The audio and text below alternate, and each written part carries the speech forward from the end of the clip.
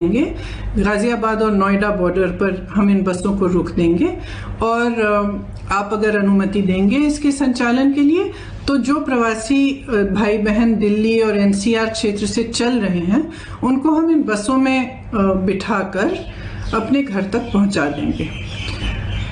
तो अगले दिन मुख्यमंत्री जी ने ये ऐलान किया कि यूपी रोडवेज की 12,000 बसें हैं, इन्हीं का इस्तेमाल होगा और आपकी बसों की ज़रूरत नहीं है। तो हमने 17 तारीख को सुबह 500 बसें गाजियाबाद में खड़ी की थी, हमने उनको वापस भेज दिया। अगले दिन उनसे एक और चिट्ठी मिली कि आप अपनी लिस्ट दे दीजिए और 1000 बस की आप लिस्ट दे दीजिए, उसमें चालक का नाम होना चाहिए, परिचालक का नाम होना चाहिए, फिटनेस सर्टिफिकेट वगैरह सब कुछ आदि होना चाहिए, ये हमारे पास पहुंचा दीजिए। तो हमने उनको धन्यवाद दिया कि आपने हमें अनुमति दी है बसों को चलाने के लिए, आपको हम लिस्ट उपलब्ध कर देंगे। तो 4-5 घंटों बाद हमने वह लिस्ट उपलब्ध कर दी। फिर 11:30 बजे रात को उनसे एक और चिट्ठी मिली कि आप अपनी 1000 बसें लखनऊ पहुंचा दीजिए कल सुबह 10 बजे। तो इसमें हमने कहा कि देखिए हमारी बसें खाली दिल्ली से लखनऊ जाएंगी, इन बसों का मकसद ही ये था कि गाजियाबाद और नोएडा से एनसीआर क्षेत्र से जो चल के जा रहे हैं उनको हम बिठाकर उत्तर प्रदेश के गांव और जिलों में ले जाएं। तो इन बसों का लखनऊ तक खाली चलना तो पूरे मकसद को ही खत्म कर देता है। तो हमने उनसे ये सुझाव दिया कि देखिए हम गाजियाबाद नोएडा में इन बसों को तैयार रख लेंगे, आप परमिट दे दीजिएगा। फिर ये पूरा राजनीतिक सिलसिला शुरू हुआ कि आप हमें परमिट दे रहे हैं, लिस्ट दे रहे हैं, लिस्ट में कुछ गलत नाम है, जो भी है।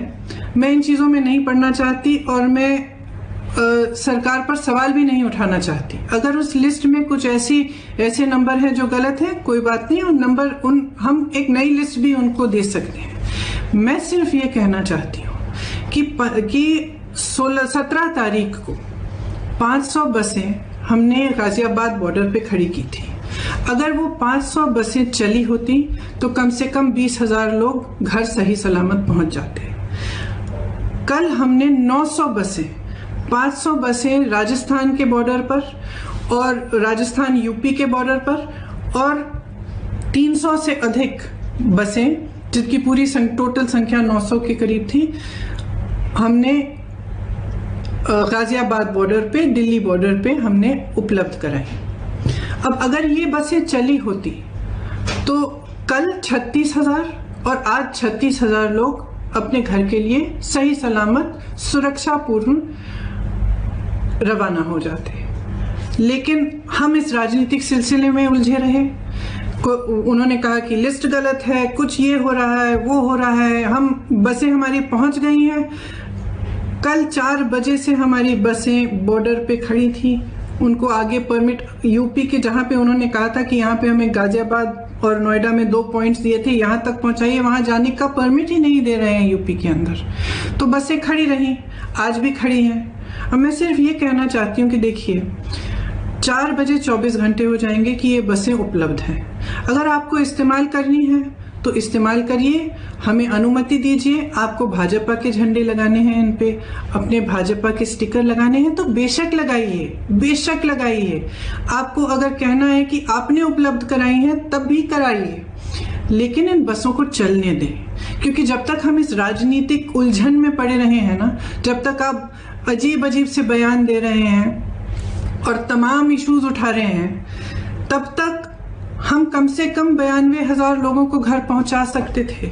और वही 92,000 लोग आज धूप में चल रहे हैं, उनके सामने तमाम मुसीबतों को झेलते हुए चल रहे हैं। तो मैं सिर्फ मुख्यमंत्री जी से ये आग्रह करना चाहती हूँ, हमारी बसें वहाँ पे 4 बजे तक खड़ी हैं, आपको इस्तेमाल करनी है तो आप हमें परमिट दीजिए, अनुमति दीजिए कि हम उनका संचालन कर सकें। अगर आपको नहीं इस्तेमाल करनी है तो भी कोई बात नहीं, हम उनको वापस भेज देंगे। हमने 3 दिन पहले भी वापस भेज दिया था 500 बसों को, हम वापस भेज देंगे। जिस तरह से हम लोगों की मदद कर रहे हैं, जिस तरह से हमारे लोग हर जिले में, हर शहर में, हमारे कार्यकर्ता प्रवासी भाई बहनों के और लॉकडाउन और महामारी से जो पीड़ित लोग हैं उनकी मदद कर रहे हैं, उस तरह से हम करते रहेंगे। हमें कोई परवाह नहीं है कि आपकी बसें हैं या हमारी बसें, हम सिर्फ एक सेवा भाव से मदद करना चाह रहे थे। तो मैं कहना चाहती हूँ अपने खास तौर से अपने प्रवासी भाई बहनों से जो इस संकट में हैं और जो पैदल चल के जा रहे हैं कि कांग्रेस का एक एक कार्यकर्ता, एक एक नेता आपके साथ है।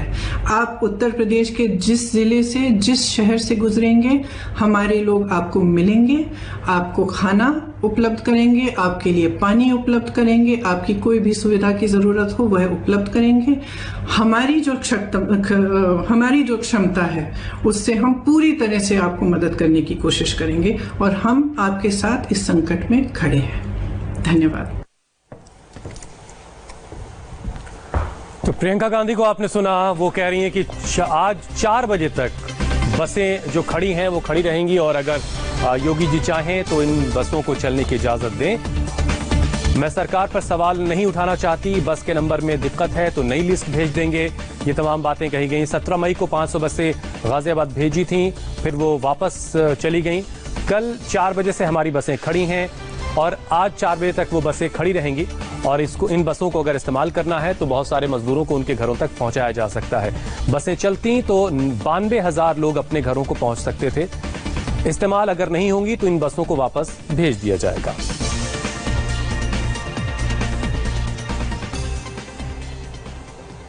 एक ब्रेक ले रहे हैं, ब्रेक के बाद तूफान से जुड़ा अपडेट आपको देंगे।